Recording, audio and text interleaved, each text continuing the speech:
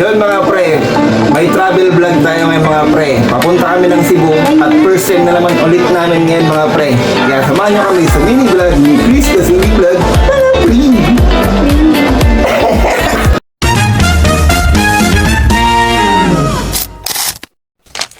Kaya kami nag-travel ngayon kasi mayroon na naman kami nakuhang seat sale. Siyempre, pakanayan ng asawa ko, mga pre, di ba? Yeah. Ngayon mga pre, ngayong travel namin, sa Cebu kami pupunta mga pre. Ang biyahe namin nga pala, alas 10 ng gabi. Gabi kami, compare doon sa Papurake namin, hapon kami bumiyahe. Ngayon gabi naman mga pre ang biyahe namin. So, puyatan talaga to. Sasakay kami ng mga eroplano. Sana magkatabi-tabi kami ng asawa ko sa Siuna. Kasi yung seat sale namin na may dalawang magkatabi, yung isa hindi. Sana pumayag yung katabi namin na pagtabi na lang kami tatlo para masaya dun sa eroplano mga pre. So yun mga pre, abang-abang na lang sa mga susunod na kabanata. We're going to Cebu, coming in!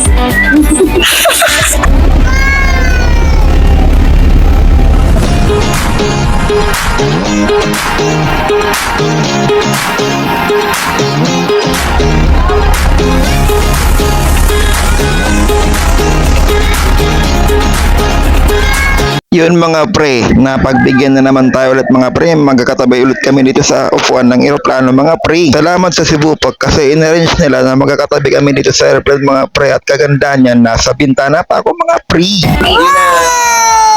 Cebu, coming in!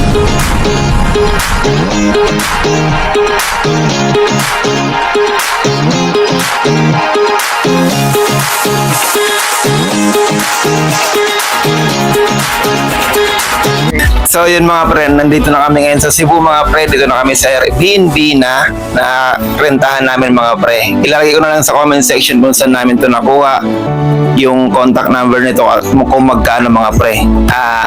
Ngayon magpapahinga muna kami kasi ang kakarating lang namin 1 AM na mga pre. So yung biyahe namin okay naman, safe naman kami dun sa saka wala pa kami masyadong makita dito sa Cebu. So bukas na lang mga pre, dito natin dito sa Cebu mga pre. So mga pre, abangan ang dito ng Cebu first time ng Kasili Family mga pre.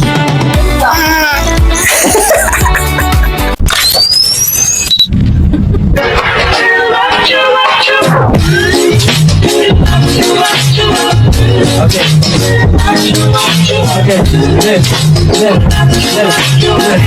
Yes, sir. Ready to be there. Bird is gone. It's a boy to you.